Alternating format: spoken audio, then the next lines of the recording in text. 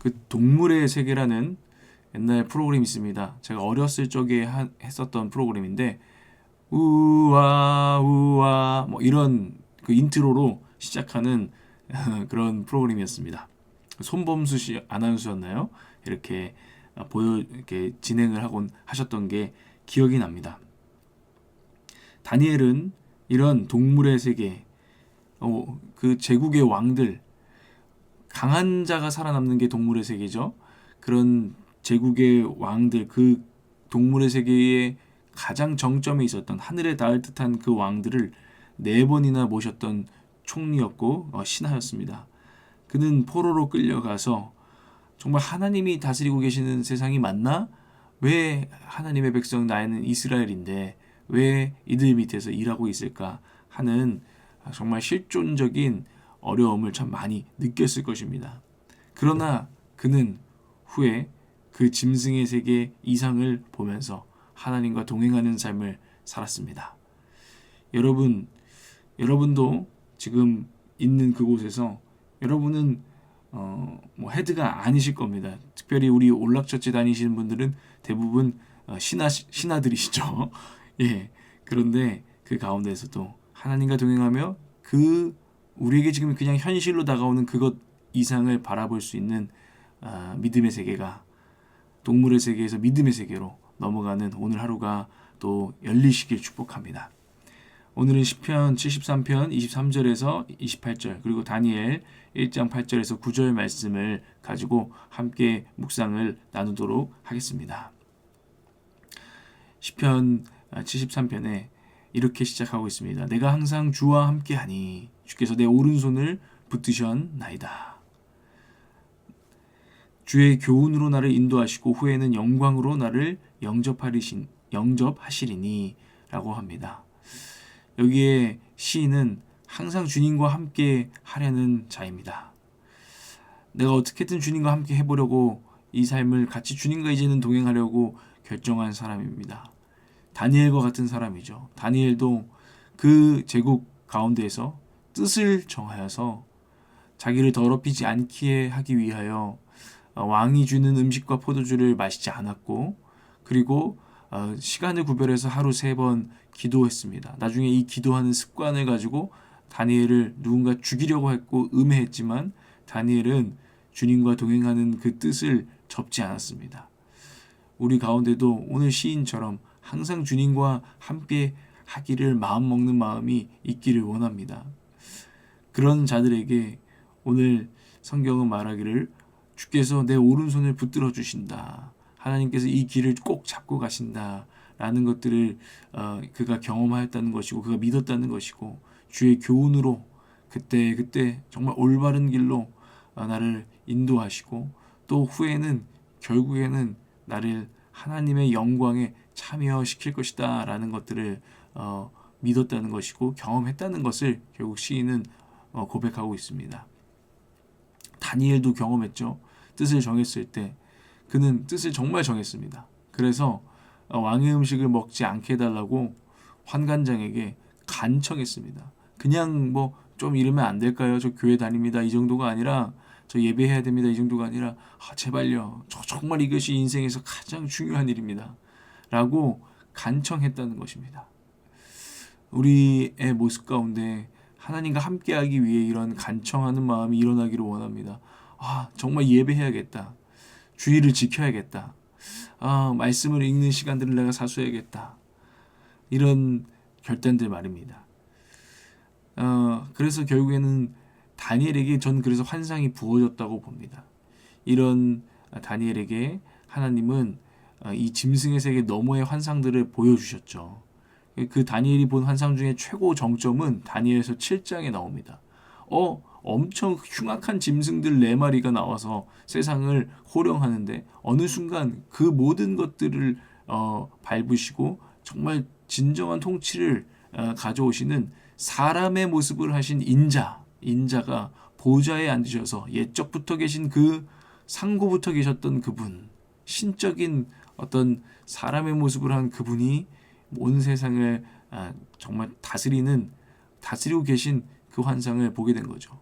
현실은 내 큰 짐승의 세계였지만 그 너머의 진짜 세계를 다니엘이 보게 된 것은 하나님의 오늘 영광으로 나를 영접하시고 참여시킨 그 복이 다니엘에게 있었다는 것을 우리는 생각해 볼 수 있습니다. 그리고 이런 하나님과 동행하려는 사람들, 하나님과 항상 함께 하려는 자에게는 결국에는 담대함이 부어집니다. 물론 누구나 이런 결단 가운데 짐승의 세계 속에서 두렵죠. 내가 잘 가고 있는지, 내가 이들에게 너무 적을 지는 것은 아닌지 두려울 수 있습니다. 그러나 담대함이 이 시인에게는 부어졌습니다. 25절, 26절입니다. 하늘에서는 주 외에 누가 내게 있으리요? 땅에서는 주밖에 내가 사모할 리 없나이다. 25절은 내가 하늘을 가더라도, 내가 항상 주와 함께하니 하늘을 가더라도 땅으로 가더라도 내게는 주밖에 없습니다. 내가 무엇을 더 바라겠습니까? 저는 이미 결정했습니다. 나는 그 짐승의 세계, 짐승에게 아부하지 않고 오직 진짜 왕이신, 진짜 실제 왕이신 당신 하나님 여호와를 저는 바라겠습니다. 그래서 저는 담대합니다. 하나님만 바라는 사람이 담대할 수밖에 없겠죠. 아쉬울 것이 없는 사람이 무서울 것이 없겠죠. 26절에는 내 육체와 마음은 쇠약하다. 내 육체와 마음이 시들어가지만 우리는 늙고 병들고 죽어갈 때도 있습니다. 어떤 사람도 권력을 끝까지 지속할 수도 없습니다. 젊음도 마찬가지입니다. 돈도 마찬가지입니다. 쇠약하나 시들어가나 하나님은 내 마음의 반석이시오 영원한 분깃이시라. 세번역 성경에는 영원한 분깃을 내가 받을 몫의 전부이십니다. 당신은 나의 전부이십니다. 내 인생에 남는 것, 그것은 당신뿐이십니다. 라고 고백을 합니다. 이것이 얼마나 담대한 고백입니까? 항상 주님과 함께 하려는 자에게는 이런 담대함이 있을 것입니다. 이런 담대한 고백이 있을 것입니다.